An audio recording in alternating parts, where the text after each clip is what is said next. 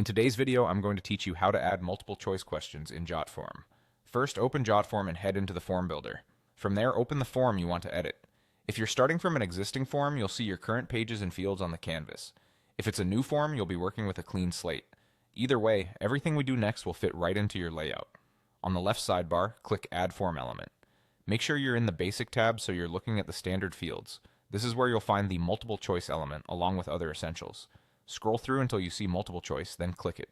Jotform will immediately drop a multiple choice question into your form, and you'll see a few default options ready to customize.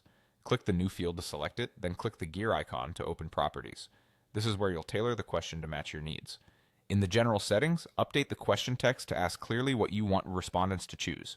In options, edit your answer choices so they're short, distinct, and easy to scan. You can add more choices or remove any you don't need. If you want respondents to suggest their own answer, turn on Allow Other option. This adds a small fill-in field at the end of the list. If the question must be answered, toggle Required to On. If it's optional, leave it off. Next, switch to the option settings. Here you can enable shuffle options to randomize the order of choices for each respondent, which helps reduce bias from always showing the same item first. If you need to score answers or use them in calculations, turn on calculation values and assign a numeric value to each choice. This is especially helpful for quizzes, scoring rubrics, or any scenario where you'll total points. You can also set minimum and maximum selections to control how many choices someone can pick. This is perfect when you want exactly one answer, or when you want to allow multiple but still set a cap. Finally, open the advanced settings. Adjust field size if you want more compact or more spacious spacing. Use description to add a short note or instruction under the question, like clarifying how many options to pick.